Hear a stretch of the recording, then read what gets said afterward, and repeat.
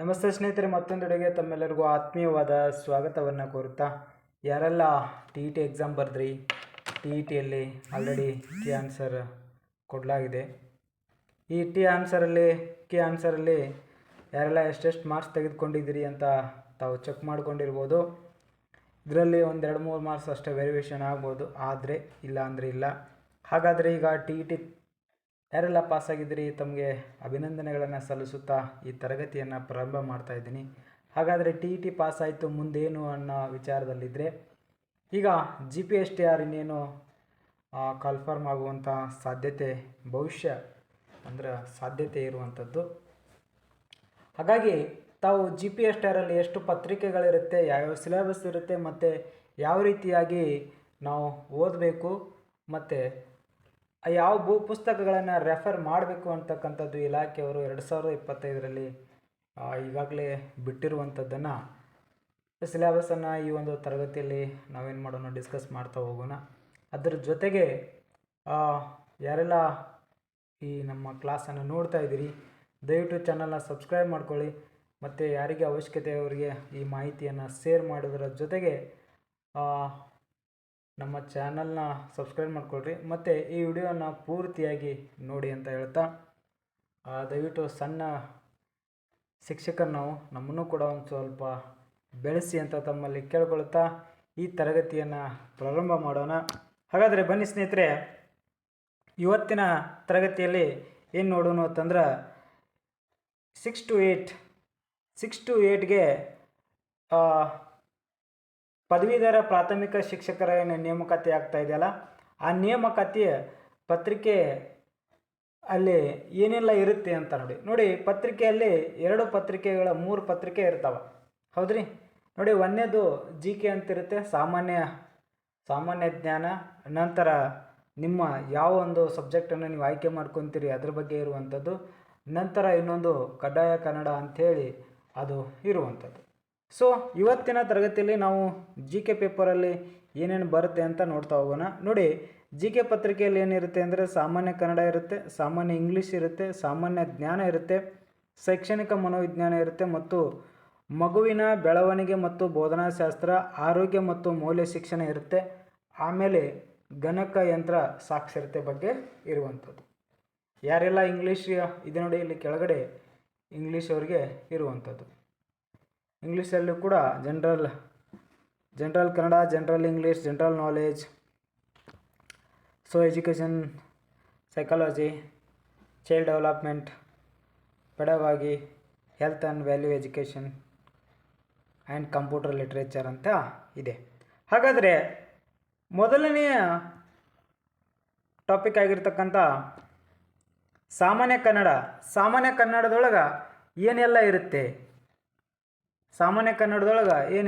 ನೋಡಿ. ಸಾಮಾನ್ಯ ಕನ್ನಡದೊಳಗೆ ಏನೆಲ್ಲ ಇರುತ್ತೆ ಅಂತಂದ್ರೆ, ಕನ್ನಡ ವರ್ಣಮಾಲೆಗಳ ಬಗ್ಗೆ ಕೇಳುವಂಥದ್ದು, ಗುಣಿತಾಕ್ಷರ ಮತ್ತು ಸಂಯುಕ್ತಾಕ್ಷರ ಬಗ್ಗೆ ಕೇಳುವಂಥದ್ದು, ನಾಮಪದಗಳು ಮತ್ತು ಅದರ ಬಗೆಗಳು, ಸರ್ವನಾಮ, ಪ್ರಶ್ನಾರ್ಥಕ ಸರ್ವನಾಮ ಆಗಿರ್ಬೋದು, ಆತ್ಮಾರ್ಥಕ ಸರ್ವನಾಮ, ಭಾವನಾಮ ಇತ್ಯಾದಿಗಳ ಬಗ್ಗೆ ಕೇಳ್ತಾರೆ. ಇನ್ನು ಕ್ರಿಯಾಪದಗಳ ಬಗ್ಗೆ ಕೇಳುವಂಥದ್ದು. ಕ್ರಿಯಾಪದಗಳೊಳಗೆ ಯಾವಂದ್ರೆ ಅಕರ್ಮಕ, ಸಕರ್ಮಕ, ಕ್ರಿಯಾರ್ಥಕ ರೂಪಗಳು, ಕಾಲಗಳು ಇವು ಬರ್ತಾವಲ್ರಿ, ವರ್ತಮಾನ ಕಾಲ, ಭೂತಕಾಲ, ಭವಿಷ್ಯತ್ ಕಾಲ, ಅಖ್ಯಾತ ಪ್ರತ್ಯಯ, ಕಾಲ ಪಲ್ಲಟದ ಬಗ್ಗೆ ಕೇಳ್ತಾರೆ. ಲಿಂಗಗಳು ಮತ್ತು ವಚನಗಳು. ಲಿಂಗಗಳು ಅಂತಂದ್ರೆ ಸ್ತ್ರೀಲಿಂಗ, ಪುಲ್ಲಿಂಗ, ನಪುಂಸಕಲಿಂಗ. ವಚನಗಳು ಅಂತಂದರೆ ಏಕವಚನ ಮತ್ತು ಬಹುವಚನಗಳ ಬಗ್ಗೆ ಕೇಳುವಂಥದ್ದು. ಇನ್ನು ವಿಭಕ್ತಿ ಪ್ರತ್ಯಯಗಳು ನೋಡ್ರಿ, ವಿಭಕ್ತಿ ಮತ್ತು ಅದರ ಕಾರಕಗಳು. ವಿಭಕ್ತಿ ಪ್ರತ್ಯಯಗಳು ಪ್ರಥಮವು, ದ್ವಿತೀಯನ್ನು, ತೃತೀಯಿಂದ ಚತುರ್ಥಿಗೆ, ಹೀಗೇಕೆ, ಪಂಚಮಿ ದೆಸೆಯಿಂದ, ಷಷ್ಠಿಯ, ಸಪ್ತಮಿ ಅಲ್ಲಿ. ಸೊ ಇವುಗಳು ಹಳೆಗನ್ನಡದ್ದು ಕೂಡ ಮತ್ತು ಹೊಸಗನ್ನಡದ ಬಗ್ಗೆ ಕೂಡ ಕೇಳಲಾಗ್ತದೆ ಅಂತ ಹೇಳ್ತಾ ಇದ್ದಾರೆ. ನಂತರ ಮುಂದಿನ ಟಾಪಿಕ್ ನೋಡೋಣ. ಇಲ್ಲಿ ನೋಡ್ರಿ, ಸಂಧಿಗಳಿದೆ, ಕನ್ನಡ ಸಂಧಿ ಮತ್ತು ಸಂಸ್ಕೃತ ಸಂಧಿ. ಮೇನಾಗಿ ಕನ್ನಡ ಸಂಧಿ ನೋಡ್ರಿ, ಕನ್ನಡದಲ್ಲಿ ಸಂಧಿಗಳು ಕೇವಲ 3 ಸಂಧಿಗಳಿರ್ತವೆ. ಅವು ಯಾವತ್ತಂದ್ರೆ ಲೋಪ, ಆಗಮ, ಆದೇಶ, ಇವು ಮಾತ್ರ 3 ಸಂಧಿಗಳಿರುವಂಥದ್ದು. ಲೋಪ ಮತ್ತು ಆಗಮ ಸ್ವರ ಸಂಧಿ ಆದರೆ ಆದೇಶ ಏನಾಗುತ್ತೆ ಸಂಸ್ಕೃತ ಸಂಧಿ. ಇನ್ನು ಉಳಿದಿರ್ತಕ್ಕಂಥ ಸವರ್ಣ ದೀರ್ಘ ಸಂಧಿ, ಗುಣಸಂಧಿ, ಸಂಧಿ, ವೃದ್ಧಿ ಸಂಧಿ ಇವು ಎಲ್ಲ ಅನುನಾಸಿಕ ಸಂಧಿ ಇವೆಲ್ಲ ಏನ್ರಿ ಸಂಸ್ಕೃತ ಸಂಧಿಗಳಾಗ್ತಾವೆ. ನಂತರ ಸಮಾಸಗಳ ಬಗ್ಗೆ ನೋಡ್ಕೊಡ್ರಿ. ಕೃದಂತ ಮತ್ತು ತದ್ಧಿತಾಂತಗಳ ಬಗ್ಗೆ ಇರ್ತದೆ. ದ್ವಿರುಕ್ತಿ ಮತ್ತು ಜೋಡುನುಡಿ, ಪಡೆನುಡಿ ಮತ್ತು ನುಡಿಗಟ್ಟುಗಳ ಬಗ್ಗೆ ಇರುವಂಥದ್ದು. ಆವ್ಯಯ ಪ್ರಕಾರಗಳು, ವಾಕ್ಯ ಮತ್ತು ವಾಕ್ಯದ ವಿಧಗಳು, ಅದೇ ಲೇಖನ ಚಿಹ್ನೆಗಳ ಬಗ್ಗೆ ಕೇಳುವಂಥದ್ದು. ಇನ್ನು ಮುಂದುವರೆದು ಪದಗಳ ಅರ್ಥ, ಸಮಾನಾರ್ಥಕ ಪದ, ನಾನಾರ್ಥಕ ಪದ, ವಿರುದ್ಧಾರ್ಥಕ ಪದಗಳು, ಪದಗಳ ಶುದ್ಧ ರೂಪ, ತತ್ಸಮ ತದ್ಭವ, ಅನ್ಯದೇಶಿ ಪದಗಳು, ಗ್ರಾಮ್ಯ ಮತ್ತು ಗ್ರಾಂಥಿಕ ರೂಪ, ಗಾದೆ ಮಾತುಗಳು, ಛಂದಸ್ಸು ಮತ್ತು ಅಲಂಕಾರ. ಹಳೆಗನ್ನಡ ನೋಡ್ರಿ. ಹಳೆಗನ್ನಡದೊಳಗೆ ಕವಿ, ಕಾಲ, ಸ್ಥಳ, ಆಶ್ರಯ, ಬಿರುದು, ಕಾವ್ಯ. ಕವಿಗಳಿಗೆ ಇರ್ತಕ್ಕಂಥ ಕಾಲ ಮತ್ತು ಅವರ ಕವಿ ಹೆಸರು, ಅವರ ಸ್ಥಳ, ಅವರ ಆಶ್ರಯದಾತ ಯಾರು, ಅವರ ಬಿರುದೇನು, ಅವರ ಕಾವ್ಯಗಳು ಯಾವುವು ಅಂತಕ್ಕಂಥದ್ದು ಕೇಳ್ತಾರೆ ಹಳೆಗನ್ನಡದ. ಇನ್ನು ಹೊಸಗನ್ನಡ ಸಾಹಿತ್ಯದ ನೋಡ್ರಿ, ಕವಿ, ಕಾಲ, ಸ್ಥಳ, ಕಾವ್ಯ, ಪ್ರಶಸ್ತಿ ಬಗ್ಗೆ ಕೇಳುವಂಥದ್ದು. ಇದು ಕನ್ನಡ ಸಬ್ಜೆಕ್ಟಿಗೆ. ಓಕೆನಾ. ಇನ್ನು ಯಾವ್ಯಾವ ಪುಸ್ತಕನ ರೆಫರ್ ಮಾಡಿರಿ ಅಂತೇಳಿ ಹೇಳ್ತಾ ಇದ್ದಾರೆ ಅಂತಂದ್ರೆ ಇಲಾಖೆಯವರು ಕೊಟ್ಟಿರುವಂಥದ್ದು ಇದು ನೋಡ್ರಿ. ಮೊದಲಿಗೆ ನೀವು ಯಾವುದೇ ಎಕ್ಸಾಮ್ ಬರಿಬೇಕಾತಂದ್ರೆ ಇಲ್ಲಿ ಕೊಟ್ಬಿಟ್ಟಿದ್ದಾರೆ ನೋಡ್ರಿ. 6ರಿಂದ 10ನೇ ತರಗತಿವರೆಗಿನ ಪ್ರಥಮ ಮತ್ತು ತೃತೀಯ ಭಾಷೆ ಕನ್ನಡ ಪಠ್ಯಪುಸ್ತಕಗಳನ್ನು ನೀವೇನು ಮಾಡ್ಕೊಂಡಿರ್ಬೇಕು, ತೆಗೆದುಕೊಂಡು ಅವನ್ನ ಏನು ಮಾಡಬೇಕು, ಸ್ಟಡಿಯನ್ನು ಮಾಡಬೇಕು. ಅದಾದ ನಂತರ ಕನ್ನಡ ಮಾಧ್ಯಮದಲ್ಲಿ ತೀನಂ ಶ್ರೀ ಕಂಠಯ್ಯರವ್ರದ್ದು, ಆಮೇಲೆ ಕನ್ನಡ ಸಾಹಿತ್ಯ ಚರಿತ್ರೆ ರಂಸಿ ಮುರುಳಿರವ್ರದ್ದು, ಕನ್ನಡ ಸಾಹಿತ್ಯ ಚರಿತ್ರೆ ಶ್ಯಾಮರಾಯರವ್ರದ್ದು, ಕೆ ಶಿರಾಜ ವಿರಚಿತ ಶಬ್ದಮಣಿ ದರ್ಪಣಂ ಇದು ಟಿ ವೆಂಕಟಶಾಸ್ತ್ರ ಕನ್ನಡ ಸಾಹಿತ್ಯ ಪರಿಷತ್ ಪ್ರಕಟಣೆ ಅವ್ರದ್ದು, ಕನ್ನಡ ಛಂದೋ ವಿಕಾಸ ಡಿ.ಎಸ್. ಕರ್ಕೀರವರ ಬುಕ್ಕನ್ನು ನೀವು ರೆಫರ್ ಮಾಡ್ಬೋದು. ಅದ್ರ ಜೊತೆಗೆ ಹೊಸಗನ್ನಡ ಸಾಹಿತ್ಯಕ್ಕೆ ಎಸ್ ಗಿರಿ ರಾವ್ರವರ ಪುಸ್ತಕವನ್ನು ರೆಫರ್ ಮಾಡಿರಿ. ನಂತರ ಕನ್ನಡ ಕೈಪಿಡಿ ಸಂಪುಟ 1 ಮಾನಸ ಗಂಗೋತ್ರಿ ಮೈಸೂರು ವಿಶ್ವವಿದ್ಯಾಲಯ ಮೈಸೂರು ಈ ಪುಸ್ತಕವನ್ನು ರೆಫರ್ ಮಾಡಿರಿ. ಕನ್ನಡ ರತ್ನಕೋಶ ಕನ್ನಡ ಸಾಹಿತ್ಯ ಪರಿಷತ್ ಪ್ರಕಟಣೆ, ಆಮೇಲೆ ಸಾಹಿತ್ಯ ದರ್ಶನ ಈ ಎಲ್ಲ ಪುಸ್ತಕಗಳನ್ನು ನೀವು ರೆಫರ್ ಮಾಡ್ಬೋದು. ಕನ್ನಡ ಭಾಷಾಶಾಸ್ತ್ರಕ್ಕೆ ಧಾರವಾಡಕರ್ ಅವರ ಪುಸ್ತಕವನ್ನು ರೆಫರ್ ಮಾಡ್ತಾ ಇದ್ದಾರೆ. ಕನ್ನಡ ಸಾಹಿತ್ಯ ಚರಿತ್ರೆಗೆ ಮುರಳಯ್ಯರವರ ಪುಸ್ತಕವನ್ನು ರೆಫರ್ ಮಾಡ್ತಾ ಇದ್ದಾರೆ. ಇದು ಇಲಾಖೆ ಕೊಟ್ಟಿರುವಂಥದ್ದು. ಇವರನ್ನು ಮಾತ್ರ ಏನು ಮಾಡ್ತಾರೆ, ಈ ಪುಸ್ತಕಗಳನ್ನು ಮಾತ್ರ ಅವ್ರು ಏನು ಮಾಡುವಂಥದ್ದು, ಕನ್ಸಿಡರ್ ಮಾಡುವಂಥದ್ದು. ಇನ್ನು ನಂತರ ಜನರಲ್ ಇಂಗ್ಲೀಷ್ ಅಂತ ಬರುತ್ತೆ ನೋಡ್ರಿ. ಲ್ಯಾಂಗ್ವೇಜ್ ಯೂಸಸ್ ಅಂತ ಬರುತ್ತೆ. ಅದರಲ್ಲಿ ಪಾರ್ಟ್ಸ್ ಆಫ್ ಸ್ಪೀಚ್ ಆಗಿರ್ಬೋದು, ಟೆನ್ಸ್ ಫಾರ್ಮ್ ಆಗಿರ್ಬೋದು, ವರ್ಬ್ಗಳು ಬರುತ್ತೆ ನೋಡ್ರಿ, ಆಕ್ಸಿಲರಿ ವರ್ಬ, ಮಾಡಲ್ಸ್. ಸೊ ಇದೇ ಈ ರೀತಿ ಬರುವಂಥದ್ದು. ಅದೇ ರೀತಿ ಆರ್ಟಿಕಲ್ ಬರ್ತವೆ, ಆಕ್ಟಿವಸ್ ಪ್ಯಾಸಿವಸ್ ಬರ್ತದೆ, ಕ್ವಶನ್ ಟ್ಯಾಗ್ ಮಾಡುವಂಥದ್ದು, ಆಮೇಲೆ ಫ್ರೇಮಿಂಗ್ ಕ್ವಶನ್ಸ್ ಮಾಡುವಂಥದ್ದು. ಇದು ಜನರಲ್ ಇಂಗ್ಲೀಷಲ್ಲಿ ಹೇಳ್ತಾ ಇರೋದು ನಾನು.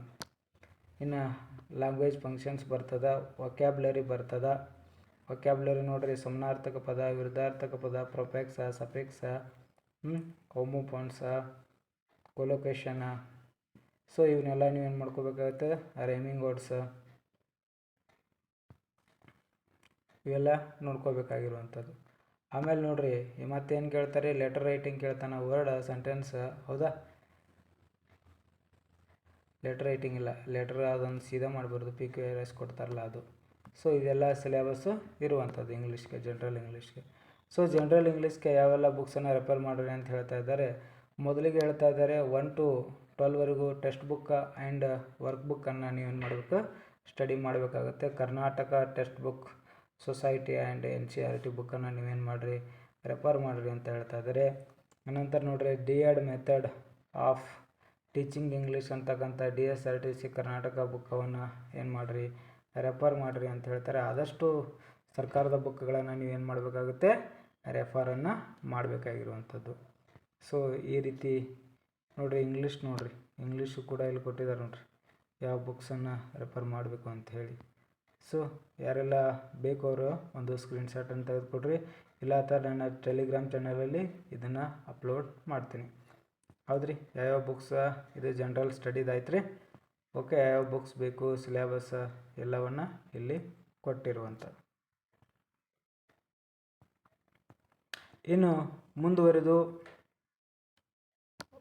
ಶೈಕ್ಷಣಿಕ ಮನೋವಿಜ್ಞಾನ, ಮಗುವಿನ ಅಭಿವೃದ್ಧಿ ಮತ್ತು ಬೋಧನಾಶಾಸ್ತ್ರದ ಬಗ್ಗೆ ಪ್ರಶ್ನೆಗಳಿರುವಂಥದ್ದು ನೋಡಿ. ಅದರಲ್ಲಿ ಸಿಲೆಬಸ್ ಏನಿದೆ, ಶೈಕ್ಷಣಿಕ ಮನೋವಿಜ್ಞಾನ ವಿಕಾಸ ಮತ್ತು ಬೋಧನಾಶಾಸ್ತ್ರ, ಶೈಕ್ಷಣಿಕ ಮನೋವಿಜ್ಞಾನದ ಅರ್ಥ, ಸ್ವರೂಪ, ಅಗತ್ಯತೆಗಳು, ವಿಧಾನಗಳಾಗಿರ್ತಕ್ಕಂಥ ವೀಕ್ಷಣೆ ವಿಧಾನ, ವ್ಯಕ್ತಿ ಅಧ್ಯಯನ, ಪ್ರಾಯೋಗಿಕ ವಿಧಾನ, ಆತ್ಮಾವಲೋಕನ ಹಂತಗಳು ಮತ್ತು ಅದರ ಪರಿಣಾಮಗಳ ಬಗ್ಗೆ ಕೇಳುವಂಥದ್ದು. ಬೆಳವಣಿಗೆ, ವಿಕಾಸ, ವೈಯಕ್ತಿಕ ಅಭಿವೃದ್ಧಿ, ಅರ್ಥ, ತತ್ವ ಮತ್ತು ಅದರ ಆಯಾಮಗಳನ್ನು ಕೇಳ್ತಾರೆ. ಬೆಳವಣಿಗೆ ಹಂತಗಳಾಗಿರ್ತಕ್ಕಂಥ ದೈಹಿಕ, ಬೌದ್ಧಿಕ, ಭಾಷೆ, ಸಾಮಾಜಿಕ ಮತ್ತು ಭಾವನಾತ್ಮಕ ಅಂಶಗಳು, ಶೈಶವಾವಸ್ಥೆಯಿಂದ ಹದಿಹರೆಯದವರೆಗಿನ ಬೆಳವಣಿಗೆಯ ಪ್ರಯತ್ನಗಳ ಹಂತಗಳು. ಸೊ ಇವೆಲ್ಲಗಳನ್ನು ನೀವೇನು ಮಾಡಬೇಕಾಗುತ್ತೆ, ಓದ್ಕೋಬೇಕಾಗ್ತದೆ. ಇದನ್ನೆಲ್ಲ ಇಟ್ಕೊಂಡು ಒಂದೊಂದು ನೀವೇನು ಟಿಕ್ ಮಾಡ್ತಾ ಓದ್ಕೋತ ಹೋಗ್ರಿ, ಇನ್ನೂ ಟೈಮ್ ಇದೆ. ಬಾಲ್ಯಾವಸ್ಥೆ ಆಗಿರ್ಬೋದು, ಅರ್ಥ ಮತ್ತು ಬಾಲ್ಯಾವಸ್ಥೆ ಅರ್ಥ, ಗುಣಲಕ್ಷಣ, ಮಕ್ಕಳ ಬೆಳವಣಿಗೆ, ಭೌತಿಕ, ಮಾನಸಿಕ ಮತ್ತು ಸಾಮಾಜಿಕ ಸಂವೇಗಾತ್ಮಕ ಬೆಳವಣಿಗೆ. ಇನ್ನು ಮಗುವಿನ ಬೆಳವಣಿಗೆ ಹಾದಿಯಲ್ಲಿ ಸಾಂಸ್ಕೃತಿಕ ಮತ್ತು ಸಾಮಾಜಿಕ ವ್ಯವಸ್ಥೆ, ಮಗುವಿನ ಮೇಲೆ ವೈವಿಧ್ಯತೆ ಮತ್ತು ವಿವಿಧತೆಯ ಪ್ರಭಾವ, ಬಾಲ್ಯಾವಸ್ಥೆಯ ಕೊನೆಯ ಹಂತ, ಹದಿಹರೆಯ, ಅದರ ಅರ್ಥ, ಲಕ್ಷಣ, ಹದಿಹರೆಯ ಮಕ್ಕಳ ಬೆಳವಣಿಗೆ ಮತ್ತು ಆಯಾಮಗಳು, ಭೌತಿಕ ಮತ್ತು ಮಾನಸಿಕ, ಸಾಮಾಜಿಕ ಮತ್ತು ನೈತಿಕ ಬೆಳವಣಿಗೆ, ವಿಕಾಸ, ಹದಿಹರೆಯ ಮೇಲೆ ನಗರೀಕರಣದ ಪ್ರಭಾವ, ಆರ್ಥಿಕ ಬದಲಾವಣೆ ಮತ್ತು ಮಾಧ್ಯಮದ ಪರಿಣಾಮ ಅಂತ ಕೊಟ್ಟಿದ್ದಾರೆ. ಹದಿಹರೆಯದವರ ಸಮಸ್ಯೆಗಳು, ಭಾವನಾತ್ಮಕ ಅಡಚಣೆಗಳು, ಅಪಾಯದ ನಡವಳಿಕೆಯು, ಮಾದಕ ದ್ರವ್ಯ ವ್ಯಸನ, ನಿಂದನೆ, ಬೆದರಿಕೆ, ಮಾನಸಿಕ ಅವಸ್ಥೆ, ಸಂಗತಿಗಳ ನಿರ್ವಹಣೆ, ಶಿಕ್ಷಕರ ಪಾತ್ರ ಅಂತಿದೆ. ನಂತರ ಕಲಿಕೆ ಪಾಠ ಇದೆ ನೋಡಿ. ಕಲಿಕೆಯ ಅರ್ಥ ಮತ್ತು ಕಲಿಕಾ ಲಕ್ಷಣಗಳ ಬಗ್ಗೆ ನೀವೇನು ಮಾಡಬೇಕಾಗುತ್ತೆ, ತಿಳ್ಕೊಳ್ಬೇಕಾಗಿರುವಂಥದ್ದು. ಇನ್ನು ಕಲಿಕೆ ಮೇಲೆ ಪ್ರಭಾವ ಬೀರ್ತಕ್ಕಂಥ ಅಂಶಗಳು ಯಾವ್ರಿ, ಪಕ್ವತೆ, ಅಭಿಪ್ರೇರಣೆ, ಅವಧಾನ, ಇವುಗಳು ಶೈಕ್ಷಣಿಕ ಪರಿಣಾಮಗಳ ಬಗ್ಗೆನೂ ಕೂಡ ಕೇಳುವಂಥದ್ದು. ಕಲಿಕಾ ಸಿದ್ಧಾಂತಗಳು ನೋಡ್ರಿ, ಪ್ರಯೋಗ ಮತ್ತು ದೋಷ, ಶಾಸ್ತ್ರೀಯ ಮತ್ತು ಅನುಬಂಧ, ಸೋಪಾದಿತ ಕಲಿಕೆ, ಕೊಯ್ಲರವರ ಒಳನೋಟ ಕಲಿಕೆ, ಬಂಡೂರವರ ಸಾಮಾಜಿಕ ಕಲಿಕಾ ಸಿದ್ಧಾಂತ. ಎಲ್ಲ ಈಗ ಟಿ.ಟಿ.ಯಲ್ಲಿ ಓದಿದ್ದೀರಿ, ಇನ್ನೂ ಸರಿ ಪರ್ಫೆಕ್ಟಾಗಿ ಓದ್ಬೋದು. ಕಲಿಯುವವರು ಮತ್ತು ಕಲಿಕೆ, ಕಲಿಕಾ ಶೈಲಿ, 21ನೇ ಶತಮಾನದ ಕಲಿಕಾ ಕೌಶಲ್ಯ, ಸೃಜನಾತ್ಮಕ ಯೋಚನೆ, ಸಂವಹನಾತ್ಮಕ ಮತ್ತು ಸಹಯೋಗಿ ಸಹಕಾರ ಕೌಶಲ್ಯ. ಯಾರೆಲ್ಲ ಈಗ CET ಬರಿತಾ ಇದ್ದಾರೆ, GPST, ಎಲ್ಲರಿಗೂ ಇದು ಏನು ಸೈನ್ಸ್ ಅವ್ರಿಗೆ ಆಗಿರ್ಬೋದು, ಇಂಗ್ಲೀಷ್ ಅವ್ರಿಗೆ ಆಗಿರ್ಬೋದು, ಹಿಸ್ಟ್ರಿ ಅವ್ರಿಗೆ ಆಗಿರ್ಬೋದು, ಆಮೇಲೆ ಕಾಮರ್ಸ್ನವರು ಏನು ಬರಿತಾ ಇದ್ದೀರಲ್ಲ, ನಿಮಗೂ ಕೂಡ GK ಪತ್ರಿಕೆಯಲ್ಲಿ ಇದ್ದಿದ್ದೇ ಇರುತ್ತೆ. ಇನ್ನು ಕಲಿಕಾ ವಲಯಗಳು ನೋಡ್ರಿ, ಹೊರೈನ್ ಆಂಡರ್ಸನ್ ಪ್ರಕಾರ ಜ್ಞಾನಾತ್ಮಕ, ಭಾವನಾತ್ಮಕ ಮತ್ತು ಮನೋಕ್ರಿಯಾಜನ್ಯ ವಲಯ. ಇನ್ನು ಕಲಿಕೆ ಅನ್ವೇಷಣೆಗಳು, ಕಲಿಕೆ ಗುಣಮಟ್ಟ ನಿರ್ವಹಿಸುವ ಬ್ರೂನೋನವರ ಶೋಧನಾತ್ಮಕ ಕಲಿಕೆ ಚಕ್ರದ ತತ್ವಗಳು, ರಚನಾತ್ಮಕತೆ ಮತ್ತು ವೈಗೋಸ್ಕರ್ ಅವರ ಸಾಮಾಜಿಕ ಮತ್ತು ಸಾಂಸ್ಕೃತಿಕ ರಚನಾತ್ಮಕತೆ, ಸಹಾಯಕ ಕಲಿಕಾ ಸಾಮೀಪ್ಯ ವಲಯ. ಈ ಮಾದರಿ ನೋಡ್ರಿ, ಈ ಮಾದರಿ ಬಗ್ಗೆ ನಿನ್ನೆ TETಯಲ್ಲೇ ಎಕ್ಸಾಮಲ್ಲಿ ಇತ್ತು. ಸೇಮ್ ಇದರಲ್ಲಿ ಇರ್ತಕ್ಕಂಥ ಸಿಲೆಬಸನ್ನು ಅಲ್ಲಿ ಫಾಲೋ ಮಾಡಿದ್ದಾರೆ. ಭೌತಿಕ ಮನೋವಿಜ್ಞಾನ ನೋಡ್ರಿ, ಪಿಯಾಜೆ ಅವರ ಜ್ಞಾನಾತ್ಮಕ ಬೆಳವಣಿಗೆ ಹಂತಗಳ ಬಗ್ಗೆನೂ ಕೂಡ ಕೇಳ್ತಾರೆ. ಆಮೇಲೆ ವಿಶೇಷ ಗಮನ ನೀಡಬೇಕಾದ ಮಕ್ಕಳು, ಪ್ರತಿಭಾನ್ವಿತ, ಸೃಜನಾತ್ಮಕ ಮತ್ತು ಶೈಕ್ಷಣಿಕವಾಗಿ ಹಿಂದುಳಿದ, ವಿಶೇಷ ಕಲಿಕಾ ಸಾಮರ್ಥ್ಯ ಹೊಂದಿರುವ ಮಕ್ಕಳ ಗುಣಲಕ್ಷಣ, ಅವರಿಗಾಗಿ ಶೈಕ್ಷಣಿಕ ಕಾರ್ಯಕ್ರಮಗಳು, ವೈಯಕ್ತಿಕ ವ್ಯತ್ಯಾಸಗಳು, ಪ್ರಭಾವ ಅಂಶಗಳಾದ ಆನುವಂಶಿಕತೆ ಮತ್ತು ಪರಿಸರ. ವ್ಯಕ್ತಿತ್ವ ನೋಡ್ರಿ, ವ್ಯಕ್ತಿತ್ವ ಪ್ರಭಾವಿಸುವ ಅಂಶಗಳು, ವ್ಯಕ್ತಿತ್ವ ಬೆಳವಣಿಗೆಯಲ್ಲಿ ಶಿಕ್ಷಕರ ಪಾತ್ರ, ಮೌಲ್ಯಮಾಪನ ಬಗ್ಗೆ ಕೇಳ್ತಾರೆ. ಅರ್ಥ ಮತ್ತು ಅದರ ಗುಣಲಕ್ಷಣಗಳು, ಸಾಧನ ಪರೀಕ್ಷೆಗಳ ವಿಧಗಳು ಮತ್ತು ಸಾಧನ ಪರೀಕ್ಷೆಯ ಲಕ್ಷಣಗಳು ಮತ್ತು ಅನುಕೂಲಗಳು, ವಸ್ತುನಿಷ್ಠ ಪರೀಕ್ಷೆಗಳ ಲಕ್ಷಣ ಮತ್ತು ಸಾಧನ ಪರೀಕ್ಷೆಯ ರಚನೆ ಮತ್ತು ಅದರ ಅನುಕೂಲತೆಗಳ ಬಗ್ಗೆ ಕೇಳುವಂಥದ್ದು. ನಿರಂತರ ಮತ್ತು ಸಮಗ್ರ ಮೌಲ್ಯಮಾಪನ, ನೈದಾನಿಕ ಪರೀಕ್ಷೆ ಬಗ್ಗೆ ಕೇಳ್ತಾರೆ. ಮೌಲ್ಯಮಾಪನದ ವಿಧಗಳು, ಮೌಲ್ಯೀಕರಿಸುವ ಕ್ಷೇತ್ರ, ಮೌಲ್ಯಮಾಪನ ಸಾಧನ ಮತ್ತು ತಂತ್ರಗಳು, ಲಕ್ಷಣಗಳು, ಮೌಲ್ಯಮಾಪನದಲ್ಲಿ ಬ್ರೂಕ್ಸರ ಬಳಕೆ, ಸಂಖ್ಯಾಶಾಸ್ತ್ರ, ಕೇಂದ್ರೀಯ ಪ್ರವೃತ್ತಿ ಮಾಪನ, ವಿಚಲನೆ, ಸಹಸಂಬಂಧ ಮತ್ತು ಸಾಮಾನ್ಯ ಸಂಭಾವ್ಯತಾ ವಕ್ರರೇಖೆಯ ಬಗ್ಗೆ ನಿಮಗೆ ಸಿಲೆಬಸ್ಸಲ್ಲಿ ಇರುವಂಥದ್ದು. ಇದಾದ ನಂತರ ಮೌಲ್ಯೀಕರಿಸುವಲ್ಲಿನ ನವೀನ ತಂತ್ರಗಳು, ಆನ್ಲೈನ್ ಮಾಪನ, ತೆರೆದ ಪುಸ್ತಕ ವಿಧಾನ, ಮೌಲ್ಯಮಾಪನ, ಪರಿಣಾಮಕಾರಿ ಬೋಧನೆ, ಅದರ ಘಟಕಾಂಶಗಳು, ಪರಿಣಾಮಕಾರಿ ಬೋಧನೆ ನಿಯತಕಾಲಿಕಗಳು, ಬೋಧನಾ ಕೌಶಲ್ಯ, ಬೋಧನಾ ತತ್ವ ತಂತ್ರಗಳು, ಪ್ರಾಯೋಗಿಕ ಕಲಿಕೆ, ಅನುಗಮನ ಮತ್ತು ನಿಗಮನ ಕಲಿಕೆ, ಸಹಕಾರ ಕಲಿಕೆ ಮತ್ತು ಸಂಘಟನಾತ್ಮಕ ಕಲಿಕೆ. ಇದು ನಿಮ್ಮ ಶೈಕ್ಷಣಿಕ ಮನೋವಿಜ್ಞಾನಕ್ಕೆ ಇರುವಂಥ ಪಠ್ಯಕ್ರಮ. ಸೊ ಯಾರೆಲ್ಲ ಇಂಗ್ಲೀಷ್ ನೋಡ್ತಾ ಇದ್ದೀರಿ, ಇಂಗ್ಲೀಷ್ಗೆ ಸೊ ಇದೇ ಇರುವಂಥದ್ದು. ತಾವು ಕೂಡ ಇದನ್ನು ಸ್ಲೋ ಆಗಿ ನಿಲ್ಲಿಸಿ ನೀವು ಓದ್ಕೋಬೋದು. ಇಲ್ಲ ಅಂತಂದರೆ ನಮ್ಮ ಟೆಲಿಗ್ರಾಮ್ ಚಾನಲ್ಗೆ ಜಾಯ್ನ್ ಆಗೋದ್ರ ಮೂಲಕ ನೀವು ಅಲ್ಲಿ PDF ಪಡೆದುಕೊಳ್ಳಬಹುದು. ನಂತರ ಬರುವಂಥದ್ದು ಹೆಲ್ತ್ ಎಜುಕೇಷನ್ ಅಂತ ಬರುತ್ತೆ, ಕನ್ನಡದಲ್ಲಿರೋದನ್ನು ಹೇಳ್ತೀನಿ ನೋಡಿ. ಆರೋಗ್ಯ ಮತ್ತು ಮೌಲ್ಯ ಶಿಕ್ಷಣ ಅಂತ ಬರುತ್ತೆ. ಇದು ಕಂಪಲ್ಸರಿ ಎಲ್ಲರಿಗೂ ಇರುವಂಥದ್ದು ನೋಡಿರಿ. ಆರೋಗ್ಯ ಮತ್ತು ಮೌಲ್ಯ ಶಿಕ್ಷಣದೊಳಗೆ ಏನಿರುತ್ತೆ ಅಂದರೆ ಆರೋಗ್ಯ ಮತ್ತು ರೋಗ, ಆರೋಗ್ಯ ಮತ್ತು ಆರೋಗ್ಯದ ಪದ್ಧತಿ, ಸಾಂಕ್ರಾಮಿಕ ರೋಗಗಳು ತಡೆಗಟ್ಟುವಲ್ಲಿ ಮತ್ತು ನಿಯಂತ್ರಣ. ನೋಡಿರಿ ಇಲ್ಲೇನು ಬರುತ್ತೆ ಅಂತಂದರೆ ಆರೋಗ್ಯದ ಬಗ್ಗೆ ಇರುವಂಥದ್ದು ಮತ್ತು ಸಾಂಕ್ರಾಮಿಕ ರೋಗಗಳ ಬಗ್ಗೆ ಬಂದಂಥ ಸಂದರ್ಭದಲ್ಲಿ ಯಾವ ರೀತಿ ಕ್ರಮ ಕೈಗೊಳ್ಳಬೇಕು, ಅದನ್ನ ಹೇಗೆ ತಡೆಗಟ್ಟಬೇಕು ಅಂತಕ್ಕಂಥದ್ರ ಬಗ್ಗೆ ಇರುವಂಥದ್ದು. ಸಾಂಕ್ರಾಮಿಕವಲ್ಲದ ರೋಗಗಳು ಯಾವುವು, ಜೀವನ ಶೈಲಿ ರೋಗಗಳು, ಮಾನಸಿಕ ಆರೋಗ್ಯ ರೋಗಗಳು, ತಡೆಗಟ್ಟುವಿಕೆ ಮತ್ತು ಚಿಕಿತ್ಸೆ ಬಗ್ಗೆ ನೀವೇನು ಮಾಡಬೇಕಾಗುತ್ತೆ, ಸ್ಟಡಿಯನ್ನು ಮಾಡಬೇಕಾಗುತ್ತೆ. ಆರೋಗ್ಯಕರ ಜೀವನಕ್ಕೆ ಆಹಾರ ಮತ್ತು ಆಹಾರದ ಅವಶ್ಯಕತೆ, ಸಮತೋಲನ ಆಹಾರ, ಅಪೌಷ್ಟಿಕತೆ ಮತ್ತು ತಿನ್ನುವ ಅವಸ್ಥೆ ಬಗ್ಗೆ ತಾವೇನು ಮಾಡಬೇಕಾಗುತ್ತೆ, ಸ್ಟಡಿಯನ್ನು ಮಾಡಬೇಕಾಗಿರುವಂಥದ್ದು. ಇದರ ಜೊತೆಗೆ ಸಂತಾನೋತ್ಪತ್ತಿ ಆರೋಗ್ಯ, ಸಂತಾನೋತ್ಪತ್ತಿಯ ಪ್ರದೇಶಗಳ ಸೋಂಕು ಮತ್ತು ಲೈಂಗಿಕವಾಗಿ ಹರಡುವ ರೋಗಗಳ ಬಗ್ಗೆ, ತಡೆಗಟ್ಟುವ ಬಗ್ಗೆ ಮತ್ತು ನಿಯಂತ್ರಣ ಬಗ್ಗೆ ನೀವೆಲ್ಲ ಸ್ಟಡಿ ಮಾಡಬೇಕಾಗಿರುವಂಥದ್ದು. ಆತ್ಮವಿಶ್ವಾಸದಿಂದ ಬೆಳವಣಿಗೆ, ಅಭಿವೃದ್ಧಿ, ಪಕ್ವತೆ, ಆತಂಕ, ಖಿನ್ನತೆ, ಮಾದಕ ದ್ರವ್ಯ ಮತ್ತು ಮಾದಕ ದ್ರವ್ಯ ಸೇವನೆ ಮತ್ತು ಲೈಂಗಿಕ ಕಿರುಕುಳ. ಸಾಮಾಜಿಕ ಆರೋಗ್ಯ, ಆಹಾರ ಪದ್ಧತಿ ಆರೋಗ್ಯ, ಶುದ್ಧ ನೀರು, ಆಹಾರ ಸಂಪನ್ಮೂಲಗಳು, ಸಮುದಾಯದ ಆರೋಗ್ಯ, ಆರೋಗ್ಯಕರ ಪರಿಸರ ಉಪಯೋಗಗಳು. ಇನ್ನು ಪ್ರಥಮ ಚಿಕಿತ್ಸೆ ಮತ್ತು ಸಂರಕ್ಷತೆ, ಅರ್ಥ, ಬೆಂಕಿ, ಗಾಳಿ, ಆಟದ ಬಯಲಿನಲ್ಲಿ ಸಂಭವಿಸುವ ಗಾಯಗಳು, ದೈಹಿಕ ವ್ಯಾಯಾಮ, ಯೋಗ ಮತ್ತು ರಾಷ್ಟ್ರೀಯ ಏಕೀಕರಣದ ಬಗ್ಗೆ ನೀವೇನು ಮಾಡೋಕ್ಕಾಗುತ್ತೆ, ಸ್ಟಡಿಯನ್ನು ಮಾಡಬೇಕಾಗಿರುವಂಥದ್ದು. ಇನ್ನು ಮೌಲ್ಯ ಶಿಕ್ಷಣದ ಬಗ್ಗೆ ಸ್ವಲ್ಪ ತಿಳ್ಕೊಳ್ರಿ.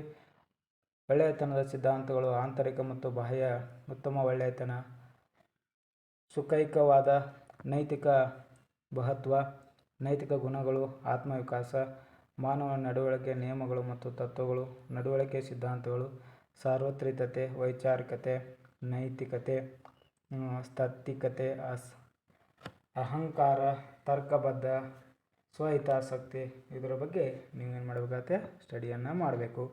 ಸಾಮಾನ್ಯ ಮತ್ತು ಉತ್ತಮ ಸಿದ್ಧಾಂತ, ಪ್ರಯೋಜನ ತತ್ವಗಳು, ಮಾನವ ನಡವಳಿಕೆ ಕಾರಣಗಳು ಮತ್ತು ಭಾವನೆಗಳು, ನೈತಿಕ ಶಿಕ್ಷಣದಲ್ಲಿ ಭಾವನೆ, ನಿಯಂತ್ರಣದ ಅಂಶಗಳು ಮತ್ತು ನೈತಿಕ ದೌರ್ಬಲ್ಯ, ಸಚ್ಚಾರಿತ್ರ್ಯ ಮತ್ತು ವ್ಯಕ್ತಿತ್ವ, ಸಚ್ಚಾರಿತ್ರ್ಯ ಮತ್ತು ಅದರ ಅಂಶಗಳು, ವ್ಯಕ್ತಿತ್ವ ಮಾದರಿಗಳು, ಮೌಲ್ಯಗಳು ಮತ್ತು ಸುಸ್ಥಿರ ಅಭಿವೃದ್ಧಿ ಮೌಲ್ಯಗಳು ಅಂತೇಳಿ ಬರುತ್ತೆ.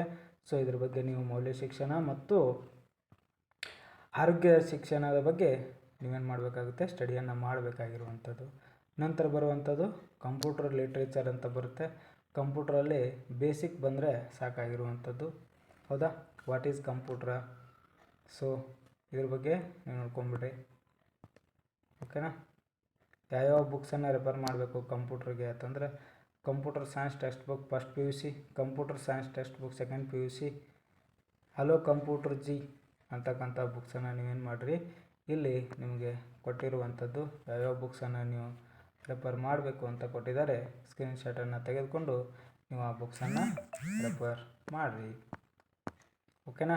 ಇನ್ನು ಮಾಡೆಲ್ ಪೇಪರ್ ಹೇಗಿದೆ ನೋಡಿರಿ, ಕನ್ನಡದಲ್ಲಿ ಯಾವ ರೀತಿ ಪ್ರಶ್ನೆಗಳನ್ನು ಕೇಳ್ತಾ ಇದ್ದಾರೆ ಅಂತ ನೋಡೋಣ. ಕನ್ನಡ ವರ್ಣಮಾಲೆಯ ಮಹಾಪ್ರಾಣಾಕ್ಷರಗಳ ಸಂಖ್ಯೆ ಎಷ್ಟು ಅಂತ ಕೇಳ್ತಾರೆ. ಇನ್ನು ಅಷ್ಟು ದೊಡ್ಡ ಮರಗಳನ್ನು ಹೇಗೆ ಕಡಿದರು, ವಾಕ್ಯದಲ್ಲಿ ಅಷ್ಟು ಎಂಬ ಪದವು ನಾಮಪದಕ್ಕೆ ಉದಾಹರಣೆಯಾಗಿದೆ ಅಂತ ಕೇಳಿದ್ದಾರೆ. ಸಂಖ್ಯಾವಾಚಕ, ಗುಣವಾಚಕ, ದಿಗ್ವಾಚಕ, ಪರಿಮಾಣವಾಚಕ. ಹೌದಾ. ಇನ್ನು ಅದೇ ರೀತಿ ಆತ್ಮಾರ್ಥಕ ಸರ್ವನಾಮಗಳು ನೋಡ್ರಿ, ತಾನು, ತಾವು ಅನ್ನುವಂಥದ್ದು ಆತ್ಮಾರ್ಥಕ ಸರ್ವನಾಮ. ಓಕೆ, ಇದು ಮೊದಲು ಈ ರೀತಿ ನಿಮಗೆ ಪ್ರಶ್ನೆಗಳನ್ನು ಕೇಳ್ತಾ ಇದ್ದಾರೆ. ಸಾವಿತ್ರಿ ಪದದಲ್ಲಿ ಇರ್ತಕ್ಕಂಥ ವಿಭಕ್ತಿ ಸಾವಿತ್ರಿಯನ್ನು, ಹೌದ್ರಿ, ಪ್ರಥಮವು ದ್ವಿತೀಯ ಅನ್ನು, ತೃತೀಯಿಂದ ಚತುರ್ಥಿ ಹೀಗೆ ಪಂಚಮಿ ದೆಸೆಯಿಂದ. ಸೊ ಹಾಗಾಗಿ ಸಾವಿತ್ರಿಯನ್ನು ಅಂತಕ್ಕಂಥದ್ದು ದ್ವಿತೀಯವಾಗುವಂಥದ್ದು. ದೇವರು ನಿಮಗೆ ಒಳ್ಳೆಯದನ್ನು ಮಾಡಲಿ ಅಂತೇಳಿ ಹೇಳುವಂಥದ್ದು ಯಾವುದು, ನಿಷೇಧಾರ್ಥಕೋ, ಪ್ರಶ್ನಾರ್ಥಕೋ, ಸಂಬೋಧಕೋ, ಇದು ವಿದ್ಯಾರ್ಥಕ ವಾಕ್ಯವಾಗುವಂಥದ್ದು. ಇನ್ನು ನಂತರ ದೇವೇಂದ್ರ ಅಂತಕ್ಕಂಥ ಯಾವ ಸಂಧಿ ಆಗುತ್ತೆ ಅಂತ ಕೇಳಿದ್ದಾರೆ. ಹೊಸಗನ್ನಡ ಅಂತಕ್ಕಂಥದ್ದು ಯಾವ ಸಮಾಸ ಆಗುತ್ತೆ ಅಂತ ಕೇಳ್ತಾ ಇದ್ದಾರೆ. ಸೊ ದಗ ಅಂತಕ್ಕಂಥದ್ದು ಏನಾಗುತ್ತೆ ಅಂತ ಕೇಳ್ತಾ ಇದ್ದಾರೆ. ಸೊ ಈ ರೀತಿಯಾಗಿರ್ತಕ್ಕಂಥ ನಿಮ್ಮ GPSಗೆ ಬರುವಂಥ ಪ್ರಶ್ನೆಗಳು. ಸೊ ಎಷ್ಟು ಪ್ರಶ್ನೆ ಇರುತ್ತೆ ಅಂತಂದರೆ ಅಲ್ಲಿ 25 ಪ್ರಶ್ನೆಗಳು ಕನ್ನಡ ಇರುವಂಥದ್ದು. ಸೊ ಜನರಲ್ ಇಂಗ್ಲೀಷಲ್ಲಿ 25ರಿಂದ 29ರವರೆಗೆ ಒಂದು ಪ್ಯಾಸೇಜ್ ಇರುತ್ತೆ. ಆ ಪ್ಯಾಸೇಜ್ಗೆ ನೀವೇನು ಮಾಡಬೇಕಾಗುತ್ತೆ, ಓದ್ಕೊಂಡು ಆನ್ಸರನ್ನು ಹಾಕಬೇಕಾಗಿರುವಂಥದ್ದು. ಮುಂದುವರೆದು ಈ ರೀತಿಯಾಗಿರ್ತಕ್ಕಂಥ ಗ್ರಾಮರ್ ಪಾಯಿಂಟ್ಸನ್ನು ಇದು ನೋಡಿರಿ, ಇದು ಕ್ವಶನ್ ಟ್ಯಾಗ್ ಇದೆ ನೋಡಿರಿ. ಸೊ ಇದು ನೋಡಿರಿ, choose the right question tag ಅಂತಿದೆ. ಸೊ ಇದು ಕ್ವಶನ್ ಟ್ಯಾಗ್ ಬಗ್ಗೆನೂ ಕೂಡ ನಿಮಗೆ ಪ್ರಶ್ನೆಯನ್ನು ಕೇಳುವಂಥದ್ದು. ಓಕೆನಾ? ಸೊ ಈ ರೀತಿ ಒಂದು ಮಾಡೆಲ್ ಪ್ರಶ್ನೆ ಪತ್ರಿಕೆಯನ್ನು ನಿಮಗೆ ಕೊಟ್ಟಿದ್ದಾರೆ. ಸೊ ಇನ್ನು ಕನ್ನಡ ಮಾಧ್ಯಮದಲ್ಲಿ ಇರ್ತಕ್ಕಂಥವ್ರು ನೋಡಿರಿ, ಜಿ ಕೆ ಯಾವ ರೀತಿ ಪ್ರಶ್ನೆಯನ್ನು ಕೇಳ್ತಾ ಇದ್ದಾರೆ ನೋಡಿರಿ. ಇಲ್ಲಿ ನೋಡಿ, ಈ ರೀತಿ ಒಂದು ಕರೆಂಟ್ ಅಫೇರ್ಸ್ ಪ್ರಶ್ನೆ ಇದೆ. ಇಲ್ಲಿ ನಂತರ ಇಲ್ಲಿ ಕೋವಿಡ್-19 ರೋಗಕ್ಕೆ ಸ್ಫುಟಿಕ್ ಲಸಿಕೆಯನ್ನು ತಯಾರಿಸಿರ್ತಕ್ಕಂಥ ಸಂಸ್ಥೆ ಯಾವುದು ಅಂತ ಕೇಳಿದ್ದಾರೆ. ಯಾವುದ್ರಿ?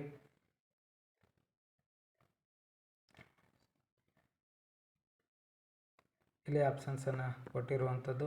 ಸೊ ಕರೆಂಟ್ ಅಫೇರ್ಸ್ ಬಗ್ಗೆನೂ ಕೂಡ ಇಲ್ಲಿ ಕೆಲವೊಂದು ಪ್ರಶಸ್ತಿ ಕೊಟ್ಟಿದ್ದಾರೆ ನೋಡಿರಿ. 53ನೇ ಪ್ರಶ್ನೆ, 2021 ಸಾಲಿನ ಅರ್ಜುನ ಪ್ರಶಸ್ತಿ ಪಡೆದ ಕ್ರಿಕೆಟಿಗ ಯಾರು ಅಂತ ಕೇಳ್ತಾ ಇದ್ದಾರೆ.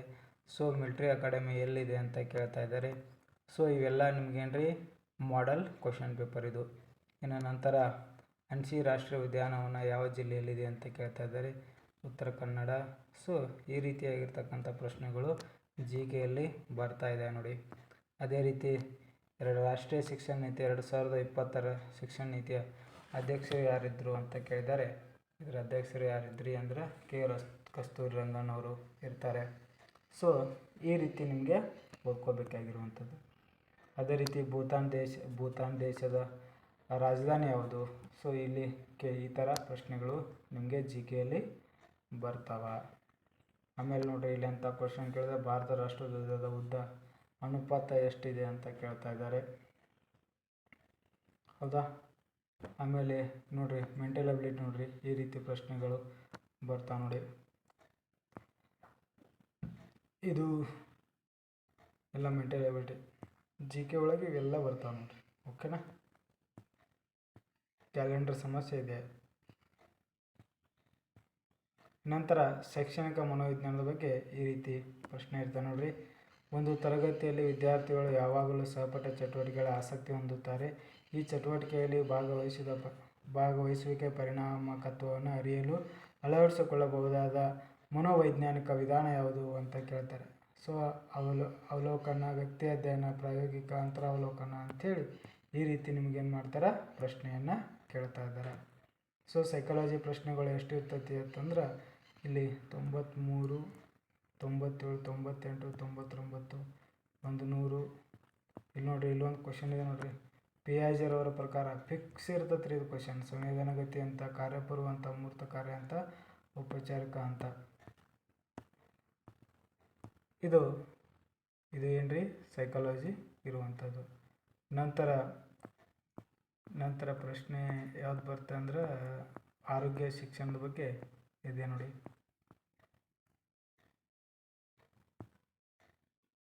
ಓಕೆ. ನಂತರ ಆರೋಗ್ಯ ಮತ್ತು ಮೌಲ್ಯ ಶಿಕ್ಷಣದ ಬಗ್ಗೆ ಎಲ್ರಿ 126ನೇ ಪ್ರಶ್ನೆಯಿಂದ ಕೇಳ್ತಾರೆ ನೋಡ್ರಿ.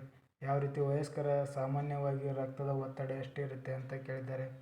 ಸೊ ಇವನ್ನೆಲ್ಲ ನೀವು ನೋಡ್ಕೋಬೇಕಾಗಿರುತ್ತದೆ. ಇವು ಆರೋಗ್ಯ ಮತ್ತು ಮೌಲ್ಯ ಶಿಕ್ಷಣದಲ್ಲಿ ಈ ರೀತಿ ಪ್ರಶ್ನೆಗಳನ್ನು ಕೇಳ್ತಾ ಇದ್ದಾರೆ ನೋಡಿ. ಇಲ್ಲೊಂದು ಪ್ರಶ್ನೆ ಇದೆ, ಜೀವಸತ್ವ ಡಿ ಕೊರತೆಯ ಪರಿಣಾಮದಿಂದ ಆಗುವ ತೊಂದರೆಗಳೇನು ಅಂತ ಕೇಳಿದ್ದಾರೆ. ಸೊ ಈ ರೀತಿ ನಿಮಗೊಂದು ಮಾಡೆಲನ್ನು ಇಲ್ಲಿ ಕೊಟ್ಟಿರೋದು. ಪ್ರಥಮ ಚಿಕಿತ್ಸೆ ಎನ್ನುವುದು ಅಂತ ಕೇಳಿದ್ದಾರೆ. ಹೌದ್ರಿ, ವೈದ್ಯರ ನಂತರ ನೀಡುವ ಚಿಕಿತ್ಸೆನ, ದೀರ್ಘಕಾಲಿಕ ಚಿಕಿತ್ಸೆನ, ಪೂರಕ ಚಿಕಿತ್ಸೆನ, ಆಕಸ್ಮಿಕ ಚಿಕಿತ್ಸೆನ ಅಂದರೆ ಪೂರಕ ಚಿಕಿತ್ಸೆ ಇದು. ಓಕೆ. ಸೊ ಈ ರೀತಿಯಾಗಿರ್ತಕ್ಕಂಥ ಪ್ರಶ್ನೆಗಳು ನಿಮ್ಗೆ ಬರುವಂಥದ್ದು. ಆಮೇಲೆ ಕಂಪ್ಯೂಟರ್ ಬಗ್ಗೆ ನೋಡ್ರಿ. ಕಂಪ್ಯೂಟರ್ ಬಗ್ಗೆ ಈ ರೀತಿ ಪ್ರಶ್ನೆಗಳನ್ನು ಕೇಳ್ತಾರೆ. ಮೊದಲೇ ತಲೆಮಾರಿನ ಕಂಪ್ಯೂಟರ್ನ ಕೆಳಗಿನ ಯಾವುದನ್ನು ಆಧರಿಸಿದೆ ಅಂತ. ಟ್ರಾನ್ಸಿಸ್ಟರ್, ಕಂಡಕ್ಟರ್ಗಳು, ಐಸಿ ಚಿಪ್ಗಳು, ಸೊ ವ್ಯಾಕ್ಯೂಮ್ ಟ್ಯೂಬ್ಗಳು ಯಾವುದಿದೆ ನೋಡಿರಿ. ಕಂಪ್ಯೂಟರ್ ಬಗ್ಗೆ ನೀವು ಓದ್ಕೋಬೇಕು. ರ್ಯಾಮ್ ಅಂದರೆ ಏನು? ರೀಡ್ ಓನ್ಲಿ ಮೆಮ್ರಿನ, ರ್ಯಾಂಡಮ್ ಆಕ್ಸೆಸರಿ ಮೆಮ್ರಿನ? ಸೊ ಈ ರೀತಿ ಪ್ರಶ್ನೆಗಳು ನಿಮಗೆ ಕೇಳುವಂಥದ್ದು. ಶಾರ್ಟ್ಕಟ್ ಕೀಸ್ ಕೇಳಿದ್ದಾರೆ. ಇಲ್ಲಿ ಇನ್ನೊಂದು ಪ್ರಶ್ನೆ ಇದೆ ನೋಡಿರಿ, WWW ವರ್ಲ್ಡ್ ವೈಡ್ ವೆಬ್ ಅಂತಕ್ಕಂಥದ್ದು ಇಲ್ಲಿ ಸರಿ ಇರುವಂಥದ್ದು. ಸೊ ಈ ರೀತಿ ನಿಮ್ಗೇನು ಮಾಡ್ತಾರೆ ಅಂತಂದರೆ ಎಷ್ಟು 150 ಮಾರ್ಕ್ಸಿನ ಒಂದು ಫಸ್ಟಿಗೆ ಜಿ ಕೆ ಪ್ರಶ್ನೆ ಪತ್ರಿಕೆ ಇರ್ತದೆ. ಇದಾದಮೇಲೆ ನಿಮಗೆ ಯಾರಿಗೆ ಕಡ್ಡಾಯ ಕನ್ನಡ ಇರ್ತದೆ ನೋಡ್ರಿ ಅವರಿಗೆ. ಅದಾದಮೇಲೆ ಒಂದು ನಿಮ್ಮ ಸಬ್ಜೆಕ್ಟ್ ಇರುತ್ತೆ. ಯಾರು ಇಂಗ್ಲೀಷ್ ತೊಗೊಂಡಿರ್ತೀರಿ ಇಂಗ್ಲೀಷ್ ಇರ್ತದೆ, ಹಿಸ್ಟ್ರಿ ತೊಗೊಂಡವ್ರಿಗೆ SST ತೊಗೊಂಡವ್ರಿಗೆ SST ಇರ್ತೈತಿ, ಸೈನ್ಸ್ದವ್ರಿಗೆ ಸೈನ್ಸ್ ಇರುತ್ತೆ, ಮ್ಯಾಥ್ಸ್ ತೊಗೊಂಡವ್ರಿಗೆ ಮ್ಯಾಥ್ಸ್ ಇರುತ್ತೆ. ಅದಾದಮೇಲೆ ಮತ್ತೊಂದು ಪತ್ರಿಕೆ ಇರುತ್ತೆ ಎಲ್ಲರಿಗೆ ಕಡ್ಡಾಯವಾಗಿ, ಅದು ಕಡ್ಡಾಯ ಕನ್ನಡ ಇರ್ತದೆ. ಅದ್ರ ಬಗ್ಗೆ ಒಂದು ಸ್ವಲ್ಪ ನೋಡ್ತಾ ಹೋಗೋಣ. ನೋಡಿರಿ GPS ಸ್ಟಾರ್ಗೆ 3 ಪತ್ರಿಕೆಗಳಿರ್ತಾವೆ ಅಂತ ಹೇಳಿದೆ ನಾನು. 3 ಪತ್ರಿಕೆ ಇರ್ತಾವೆ. ನಿಮ್ಗೆ ಗೊತ್ತಿಲ್ಲರಿ, ಮೊದಲನೇ ಪತ್ರಿಕೆ ಏನಿರುತ್ತೆ GK ಇರುತ್ತೆ, ಮೊದಲನೇದು GK ಇರುತ್ತೆ. ಎರಡನೇದು ನೀವು ಯಾವ ಸಬ್ಜೆಕ್ಟನ್ನು ಆಯ್ಕೆ ಮಾಡ್ಕೊಂಡಿರ್ತೀರಿ ಅದು ಇರುತ್ತೆ. ಹಿಸ್ಟ್ರಿ ಇದ್ದವರು ಸೋಷಿಯಲ್ ಸೈನ್ಸ್ ತೊಗೊಂಡವ್ರಿಗೆ ಸೋಷಿಯಲ್ ಇರುತ್ತೆ, ಇಂಗ್ಲೀಷ್ ತೊಗೊಂಡವ್ರಿಗೆ ಇಂಗ್ಲೀಷ್ ಇರುತ್ತೆ, ಮ್ಯಾಥ್ಸ್ ತೊಗೊಂಡವ್ರಿಗೆ ಮ್ಯಾಥ್ಸ್ ಇರುತ್ತೆ, ಕೆಮಿಸ್ಟ್ರಿ ಸೈನ್ಸ್ ತೊಗೊಂಡವ್ರಿಗೆ ಸೈನ್ಸ್ ಇರುವಂಥದ್ದು. ಆ ನಂತರ ಮತ್ತೆ ಇನ್ನೊಂದು ಪೇಪರ್ ಬರುತ್ತೆ, ಪತ್ರಿಕೆ 3 ಅಂತ ಬರುತ್ತೆ. ಈ ಪತ್ರಿಕೆ 3 ಕನ್ನಡ ಅಂತ ಇರುತ್ತೆ. ಇದು ಕಡ್ಡಾಯ ಕನ್ನಡ ಯಾರ್ಯಾರಿಗೆ ಇರ್ತೈತಿ ಅಂತಂದ್ರೆ ಸೈನ್ಸ್ದವ್ರಿಗೆ ಇರುತ್ತೆ, ಆಮೇಲೆ ಸೋಷಿಯಲ್ ಸೈನ್ಸ್ ತೊಗೊಂಡವ್ರಿಗೆ ಇರುತ್ತೆ. ಓಕೆನಾ? ಆದರೆ ಇಂಗ್ಲೀಷ್ ತೊಗೊಂಡವ್ರಿಗೆ ಈ ಪತ್ರಿಕೆ ಇರುವುದಿಲ್ಲ. ಹೌದಾ? ಇದು ಕಂಪಲ್ಸರಿಯಾಗಿ ನೀವು ಇದರಲ್ಲಿ 50 ಮಾರ್ಕ್ಸನ್ನು ತೆಗೀಲೇಬೇಕು. ವೆರಿ ಇಂಪಾರ್ಟೆಂಟ್ ಇದು. ಇದನ್ನು ನೀವು ಪಾಸ್ ಆಗಲಿಲ್ಲ ಅಂದರೆ ನಿಮ್ಮ ಪತ್ರಿಕೆಯನ್ನು ಚೆಕ್ ಮಾಡೋದಿಲ್ಲ ಅವರು. ಹೌದಾ? ವಿವರಣಾತ್ಮಕವಾಗಿ ಬರೆಯುವಂತಿರ್ತದೆ ಭಾಷೆ 3 ಕನ್ನಡ ಬಗ್ಗೆ. ಇದು ನೋಡಿರಿ 6ರಿಂದ 8ನೇ ತರಗತಿಯ ಪದವೀಧರ ಪ್ರಾಥಮಿಕ ಶಾಲಾ ಶಿಕ್ಷಕರಿಗೆ ಮಾದರಿಯ ಪ್ರಶ್ನೆ ಪತ್ರಿಕೆ ಇಲಾಖೆಯವರೇ ಕೊಟ್ಟಿರುವಂಥದ್ದು. ಇದು 100 ಅಂಕಗಳಿರ್ತದೆ. ಇದಕ್ಕೆ 2 ಗಂಟೆ ಟೈಮ್ ಇರ್ತದೆ.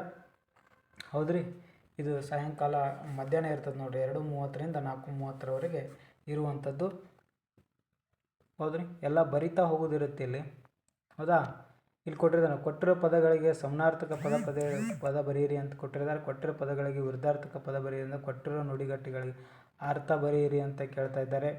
ಇನ್ನು ಅದೇ ಕೊಟ್ಟಿರುವ ಗಾದೆ ಮಾತುಗಳನ್ನು ಪೂರ್ಣಗೊಳಿಸಿ ಅಂತ. ತುಂಬಿದ ಕೊಡ ಏನಾಗುತ್ತೆ ರೀ, ತುಳುಕುವುದಿಲ್ಲ. ತುಂಬಿದ ಕೊಡ ಏನ್ರಿ, ತುಳುಕುವುದಿಲ್ಲ.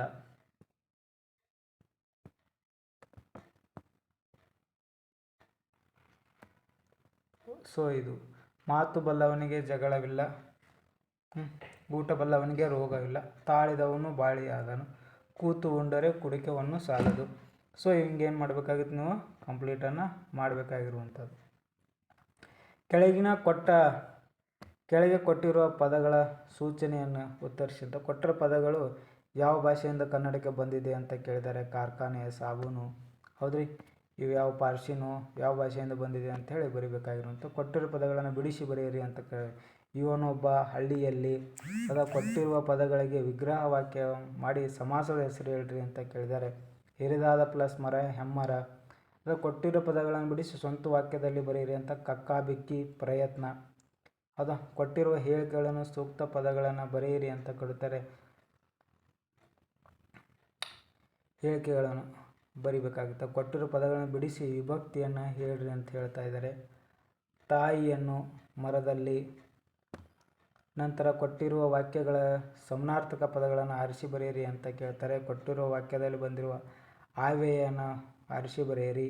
ಕೊಟ್ಟಿರುವ ವಾಕ್ಯಗಳ ವಚನವನ್ನು ಬದಲಿಸಿ ಅಂತ ಕೇಳಿದ್ದಾರೆ. ಹೌದ್ರಿ? ವಚನ ಬದಲಿಸುವುದು ಹೇಗೆ ಅಂತಂದ್ರೆ, ಇಲ್ಲಿ ಹುಡುಗರು ಇದೆ, ಅದನ್ನು ಹುಡುಗಿಯರು. ಈಗ ಚೇಂಜ್ ಮಾಡಬೇಕು. ಈ ಪದಗಳಿಗೆ ಸಂಬಂಧಿಸಿ ಗುರುತಿಸುವ 3ನೇ ಪದವನ್ನು ಬರೀರಿ ಅಂತ ಕೇಳಿದರೆ 4ನೆಯ ಸಂಖ್ಯಾವಾಚಕ ಮೂಢನ ಏನಾಗುತ್ತೆ, ಇದು ದಿಗ್ವಾಚಕ ಆಗುತ್ತೆ. ಸೊ ಇಲ್ಲಿ ಸಂಧಿಗಳನ್ನು ಕೊಟ್ಟಿರ್ತಾರೆ. ದೇವಾಲಯ ಯಾವ ಸಂಧಿ ಆಗುತ್ತೆ ಹೇಳಬೇಕು ನೀನು. ಕೊಟ್ಟಿರುವ ವಾಕ್ಯಗಳಿಗೆ ವರ್ತಮಾನ ಕಾಲಕ್ಕೆ ಪರಿವರ್ತಿಸಿ ಅಂತ ಕೇಳಿದ್ದಾನೆ. ಸುರೇಶನು ಕಥೆಯನ್ನು ಹೇಳಿದನು ಅಂತ ಇದೆ. ಇದು ಹೇಳಿದನು ಅಂದರೆ ಆಲ್ರೆಡಿ ಭೂತಕಾಲದೊಳಗೆ ಐತದೆ. ಹೇಳುತ್ತಿದ್ದಾನೆ ಅಂತೇಳಿ ನೀವೇನು ಮಾಡಬೇಕಾಗುತ್ತೆ, ಬರಿಬೇಕಾಗುತ್ತೆ. ಕೊಟ್ಟಿರೋ ಪದಗಳಿಗೆ ತತ್ಸಮ ತದ್ವಗಳನ್ನು ಏನು ಮಾಡಬೇಕಾಗುತ್ತೆ, ನೀವು ಬರಿಬೇಕಾಗ್ತದೆ. ಇನ್ನು ಅದಾದ ನಂತರ ಕೊಟ್ಟಿರೋ ವಾಕ್ಯಗಳಿಗೆ ಸೂಕ್ತ ಲೇಖನ ಚಿಹ್ನೆಗಳನ್ನು ಹಾಕಿರಿ ಅಂತ ಕೇಳ್ತಾರೆ. ಕೊಟ್ಟಿರೋ ಪದಗಳ ಗ್ರಾಂಥಿಕ ರೂಪ ಬದಲಾಯಿಸಲು ಕೇಳ್ತಾರೆ. ಕೊಟ್ಟಿರೋ ವಾಕ್ಯಗಳಿಗೆ ಜೋಡಿ ನುಡಿ ದುರುಕ್ತಿಗಳನ್ನು ಗುರುತಿಸಲು ನಿಮಗೆ ಕೇಳುವಂಥದ್ದು. ನಂತರ ಏನು ಮಾಡ್ತಾರೆ ಅಂತಂದ್ರೆ, ಒಂದು ಗದ್ಯವನ್ನು ಕೊಡ್ತಾರೆ, ಅರ್ಥೈಸಿಕೊಂಡು ಕೆಲವೊಂದು ಪ್ರಶ್ನೆಗಳನ್ನು ಕೇಳ್ರಿ ಅಂತ ಹೇಳ್ತಾ ಇದ್ದಾರೆ. ಸೊ ಇಲ್ಲಿ 3 ಪ್ಯಾಸೇಜನ್ನು ಕೊಡುವಂಥದ್ದು. ಇದು ಒಂದು, ಇಲ್ಲಿ 5 ಪ್ರಶ್ನೆಗಳನ್ನು ಕೇಳಿದ್ದಾರೆ. ನಂತರ ಮತ್ತೆ 2ನೇ ಒಂದು ಪ್ಯಾಸೇಜ್ ಕೊಟ್ಟಿದ್ದಾರೆ, ಅಲ್ಲಿ ಕೂಡ 5 ಪ್ರಶ್ನೆಗಳನ್ನು ಕೇಳ್ತಾರೆ. ಮತ್ತು ಇಲ್ಲಿ ಇನ್ನೊಂದು ಪ್ಯಾಸೇಜನ್ನು ಕೊಡ್ತಾರೆ. ಒಟ್ಟಾರೆ 3 ಏನು ಮಾಡ್ತಾರೆ, ಗದ್ಯವನ್ನು ಕೊಟ್ಟಿರ್ತಾರೆ. 4 ಕೊಟ್ಟಿದ್ದಾರೆ. ಆ ನಂತರ ಬರುವಂಥದ್ದು ನೋಡ್ರಿ, ಕೊಟ್ಟಿರುವ ವಿವರಣಾತ್ಮಕ ಉತ್ತರ ಬರೆಯುವಂಥದ್ದು. ಜಾಗತಿಕ ತಾಪಮಾನದ ಪರಿಣಾಮ ಕುರಿತು 8-10 ವಾಕ್ಯಗಳಲ್ಲಿ ಟಿಪ್ಪಣಿ ಬರೆಯಿರಿ ಅಂತಿದೆ. ಸತ್ಯಕ್ಕೆ ಸಾವಿಲ್ಲ, ಸುಳ್ಳಿಗೆ ಸುಖವಿಲ್ಲ ಎಂಬ ಗಾದೆ ಮಾತನ್ನು ವಿವರಿಸಿ ಅಂತ ಕೇಳಿದರೆ ಇದಕ್ಕೆ 5 ಮಾರ್ಕ್ಸು, ಇದಕ್ಕೆ 5 ಮಾರ್ಕ್ಸು. ಆಸೆ ದುಃಖಕ್ಕೆ ಮೂಲ ಎಂಬ ಹೇಳಿಕೆ ಕುರಿತು 8-10 ವಾಕ್ಯಗಳಲ್ಲಿ ಬರೆಯಿರಿ ಅಂತಾರೆ, ಇದಕ್ಕೂ 5 ಮಾರ್ಕ್ಸು. ಕೊಟ್ಟಿರುವ ಗದ್ಯಗಳನ್ನು ಓದಿಕೊಂಡು ನಿಮ್ಮ ಮಾತಿನಲ್ಲಿ ಸಾರಾಂಶ ಬರೆಯಿರಿ ಅಂತ ಕೇಳಿದರೆ ನೋಡ್ರಿ, ನುಡಿದರೆ ಮುತ್ತಿನ ಹಾರದಂತಿರಬೇಕು, ನುಡಿದರೆ ಮಾಲಿಕ್ಯದ ದೀಪ್ತಿಯಂತಿರಬೇಕು, ನುಡಿದರೆ ಸ್ಫಟಿಕದ ಸಲಾಕೆಯಂತಿರಬೇಕು, ನುಡಿದರೆ ಲಿಂಗ ಮೆಚ್ಚಿ ಹೌದೌದನ್ನಬೇಕು, ನುಡಿಯೊಳಗೆ ನುಡಿಯದಿದ್ದರೆ ನುಡಿಯೊಳಗಾಗಿ ನುಡಿಯದಿದ್ದರೆ ಕೂಡಲ ಸಂಗಮ ದೇವನೊಲಿವನಯ್ಯ ಅಂತ ಇದು ಬಸವಣ್ಣನವರ ವಚನವನ್ನು ನಿಮ್ಮ ಗ್ರಾಂಥಿಕ ರೂಪದಲ್ಲಿ ಬರೀರಿ ಅಂತ ಹೇಳ್ತಾರೆ. ನಂತರ ಮತ್ತೊಂದು ಪ್ರಶ್ನೆ ಬರುತ್ತೆ ನೋಡ್ರಿ, ಕೊಟ್ಟಿರುವ ಚಿತ್ರಗಳನ್ನು 8-10 ವಾಕ್ಯಗಳಲ್ಲಿ ಅಭಿಪ್ರಾಯವನ್ನು ವ್ಯಕ್ತಪಡಿಸಿ. ಸೊ ಈ ಚಿತ್ರವನ್ನು ನೋಡಿ ನೀವೇನು ಮಾಡಬೇಕಾಗುತ್ತೆ, ಪ್ರಬಂಧವನ್ನು ಬರಿಬೇಕಾಗುತ್ತೆ. ಇದೇನ್ರಿ, ಇದು ಏನದು ಭೂಮಿ ಇದೆ, ಇದು ಸಸ್ಯ ಇದೆ, ಗಿಡ ಇದೆ, ಹೌದಾ? ಈ ಭೂಮಿಯನ್ನು ಉಳಿಸೋದಕ್ಕೆ ಗಿಡ ಮರಗಳನ್ನು ಬೆಳೆಸ್ರಿ ಅಂಥೇಳಿ ನೀವೇನು ಮಾಡಬೇಕಾಗುತ್ತೆ, ಬರಿಬೇಕಾಗುತ್ತೆ. ಸೊ ಇಲ್ಲಿ ನಂತರ ಮತ್ತೊಂದು ಪ್ರಶ್ನೆ ಕೊಟ್ಟಿದ್ದಾರೆ ನೋಡ್ರಿ, ನಿಮ್ಮನ್ನು ಶಿವಮೊಗ್ಗದ ಕುವೆಂಪು ಬಡಾವಣೆ ಸಂದೇಶ ಎಂಬ ಭಾವಿಸಿ ನಿಮ್ಮ ಬಡಾವಣೆಯಲ್ಲಿ ಹೆಚ್ಚೆಚ್ಚು ಬೀದಿ ನಾಯಿಗಳ ಕಾಟ ಪರಿಹರಿಸುವಂತೆ ಕೋರಿ ನಗರಸಭೆ ಅಧ್ಯಕ್ಷರಿಗೆ ಒಂದು ಪತ್ರವನ್ನು ಬರೆಯಿರಿ ಅಂತ ಕೇಳ್ತಾರೆ. ಸೊ ಈ ರೀತಿ ಇಂಥ ಪ್ರಶ್ನೆಗಳಿಗೆ ಏನು ಮಾಡಬೇಕಾಗುತ್ತೆ, ನೀವೊಂದು ಇಲ್ಲೊಂದು ಲೆಟ್ರನ್ನು ಬರಿಬೇಕು. ಇದಕ್ಕೆ 5 ಮಾರ್ಕ್ಸನ್ನು ಕೊಡ್ತಾರೆ. ಸೊ ಇದು ಕಡ್ಡಾಯ ಕನ್ನಡ ಯಾರೆಲ್ಲ GPSTR ಬರಿತಾ ಇದ್ದೀರಿ ನೀವು ಕಂಪಲ್ಸರಿಯಾಗಿ ಇದನ್ನು ಬರಿಬೇಕಾಗುತ್ತೆ. ಇಂಗ್ಲೀಷ್ ಸಬ್ಜೆಕ್ಟು ಮತ್ತು ಹಿಂದಿಯವರು ಅವರನ್ನು ಬಿಟ್ಟು ಉಳಿದವರೆಲ್ಲ ಸೈನ್ಸ್ ಅವರು ಮತ್ತು ಸೋಷಿಯಲ್ ಸೈನ್ಸ್ ಅವರು ಮತ್ತು ಮ್ಯಾಥ್ಸ್ ತೊಗೊಂಡವರು ನೀವೆಲ್ಲ ಏನು ಮಾಡಬೇಕಾಗುತ್ತೆ, ಇದನ್ನು ಕಂಪಲ್ಸರಿಯಾಗಿ ಬರಲೇಬೇಕಾಗಿರುವಂಥದ್ದು. ಮತ್ತೊಂದು ವಿಡಿಯೋದೊಂದಿಗೆ ಇಂಗ್ಲೀಷ್ ಮತ್ತು ಸೋಷಿಯಲ್ ಸೈನ್ಸ್ ಪ್ರಶ್ನೆ ಪತ್ರಿಕೆಯನ್ನು ತೆಗೆದುಕೊಂಡು ಬರ್ತಾ ಇರ್ತೀನಿ. ಅಲ್ಲಿವರೆಗೂ ತಮಗೆ ವಂದನೆಗಳನ್ನು ಸಲ್ಲಿಸುತ್ತಾ ಮತ್ತೊಂದು ಸಾರಿ ತಮ್ಮಲ್ಲಿ ರಿಕ್ವೆಸ್ಟ್ ಮಾಡ್ತಾ ಇದ್ದೀನಿ, ಯಾರೆಲ್ಲ ಹೊಸದಾಗಿದ್ದೀರಿ ನಮ್ಮ ಚಾನಲ್ ಸಬ್ಸ್ಕ್ರೈಬ್ ಮಾಡ್ಕೊಳ್ಳಿ ಮತ್ತು ಯಾರಿಗೆ ಅವಶ್ಯಕತೆ ಈ ವಿಡಿಯೋನ ಶೇರ್ ಮಾಡಿ ಅಂತ ಕೇಳುತ್ತಾ, ಮತ್ತೊಮ್ಮೆ ಯಾರೆಲ್ಲ TET ಪಾಸ್ ಆಗಿದ್ದೀರಿ ನಮಗೆಲ್ಲರಿಗೂ ಮತ್ತೊಂದು ಸಾರಿ ಅಭಿನಂದನೆಗಳನ್ನು ಸಲ್ಲಿಸುತ್ತಾ, ಓದ್ತಾ ಇರಿ. ಸಮಯ ಅಂತಕ್ಕಂಥದ್ದು ಅಮೂಲ್ಯವಾದದ್ದು, ಅದನ್ನು ಹಾಳು ಮಾಡಬೇಡಿ ಅಂತ ಕೇಳುತ್ತಾ ಈ ತರಗತಿಯನ್ನು ಇಲ್ಲಿಗೆ ಮುಗಿಸ್ತಾ ಇದ್ದೀನಿ. ನಮಸ್ಕಾರ.